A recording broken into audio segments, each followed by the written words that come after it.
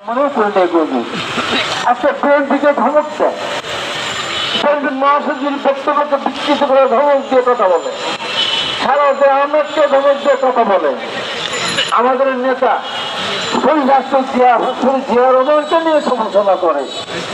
Madam Khaleda জিয়ার শাড়ি গহনা পত্র নাকি কাদের মতো ভাগ করে দেব, সাবধান, এই কথা দ্বিতীয়বার যেন উচ্চারিত না হয়।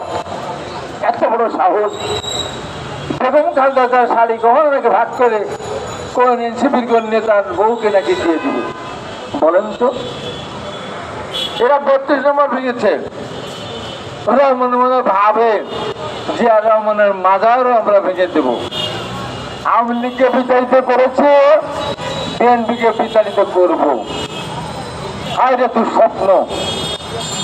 যারা পুলিশ পাহারা ছাড়া, যারা সেনাবাহিনী ছাড়া মিটিং করে আসতে পারে না, তারা বিএনপিকে ধমক দেয়। আরে আমরা তো বিগত সরকারের আমলে আমরা তো আন্দোলন করেছি। ওই সরকারের পুলিশ ছিল, আর্মি ছিল, র্যাব ছিল, সোয়াব ছিল, ছাত্রলীগ ছিল, যুবলীগ ছিল, কৃষিবিদ অ্যাসোসিয়েশন ছিল, ডাক্তার ড্যাব ছিল, বিএমএ ছিল, সবই তো ছিল। আমরা যখন সমাবেশ করতে গেছি, আকাশপথ বন্ধ করে দিয়েছে, পানি পথ বন্ধ করে দিয়েছে, গাড়ি ঘোড়া রাস্তা বন্ধ করে দিয়েছে, এমনকি হোটেল বন্ধ করে দিয়েছে। আমরা যেখানে থাকাতে তৈরির কথা, এক বোতল পানিও যেন কিনে খেতে না পারি। তারপরে আমরা সেখানে বিশাল সমাবেশ করেছি। সরকার আমাদের সহযোগিতা করেনি। আমরা রান্না করার ব্যবস্থা করেছিলাম, হাজার হাজার লাখ লাখ মানুষকে কোথায় খাবো, কত হোটেলে খাওয়ানো সম্ভব না। চুলার ভেতরে পানি ঢেলে দিয়েছে। আমরা নদী সাঁতরিয়ে কলা গাছকে ভেলা বানিয়ে সাইকেলে চড়ে, মোটর সাইকেলে চড়ে, রাস্তায় রাস্তায় বাধা বাধা বাধা, রাস্তার উপর আমাদেরকে লোকজনকে পিটিয়ে হত্যা করেছে। তারপরেও ওরা সফল করেছে। আর নিজেরা এই পদযাত্রা করতে গিয়ে দেশের মানুষের কথা বলা নেই, দেশের অর্থনীতি কি হবে তা বলা নেই, দেশের শিক্ষানীতি কি হবে তা বলা নেই, দেশের স্বাস্থ্যনীতি কি হবে তা বলা নেই, দেশের শিল্প কারখানা কিভাবে গড়বে তা বলা নেই, দেশের কৃষক কিভাবে মুক্তি পাবে, তার সার কীটনাশক কম দামে পাবে কিনা সে কথা বলা নেই। শুধু বলা বিএনপির বিরুদ্ধে, বিএনপি নেতৃবৃন্দকে ধমক দেওয়া।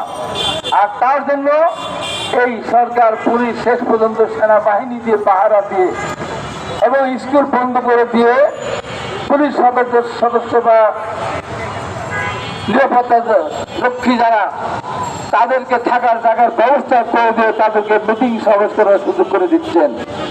আমি সরকারের কাছে বিনীতভাবে বলতে চাই, এই পদযাত্রা পাহারা দিতে গিয়ে আমার সেনাবাহিনীকে কেন বেইজ্জতি করা হলো? সেনাবাহিনী আমাদের রাষ্ট্রীয় সম্পদ। তারা আমাদের এই অনিবন্ধিত একটা রাজনৈতিক দলকে তাদের পাহারা দেওয়ার জন্য সেনাবাহিনীকে চাকরি করে না। এর পিছনে যত টাকায় পদযাত্রা সফল করার জন্য যেভাবে তারা রাস্তা রাস্তা পাহারা দিয়েছে, এর জন্য কত টাকা খরচ হয়েছে তার হিসাব কিন্তু একদিন দিতে হবে। এবং এই পর্যায়ে কেন্দ্রকে দেখেছেন, রাজশাহীতে চাঁদা চাওয়া হয়েছে সেখানে 32টা প্রতিষ্ঠানের কাছে, এবং সেখানে রাজশাহী বিশ্ববিদ্যালয়ের ভাইস চ্যান্সেলর সেটাকে সুপারিশ করেছে। ফলে কোথায় যাচ্ছে? আমরা এই যে চেয়েছিলাম, আমরা 2007 সাল থেকে আন্দোলন করতে গিয়ে শত শত মানুষ জীবন দিল, গুম হলো, খুন হলো, এখনো গুম করা হয়েছে। তাদের সন্তান চেয়ে থাকে বাবা কখন ফিরে আসবে।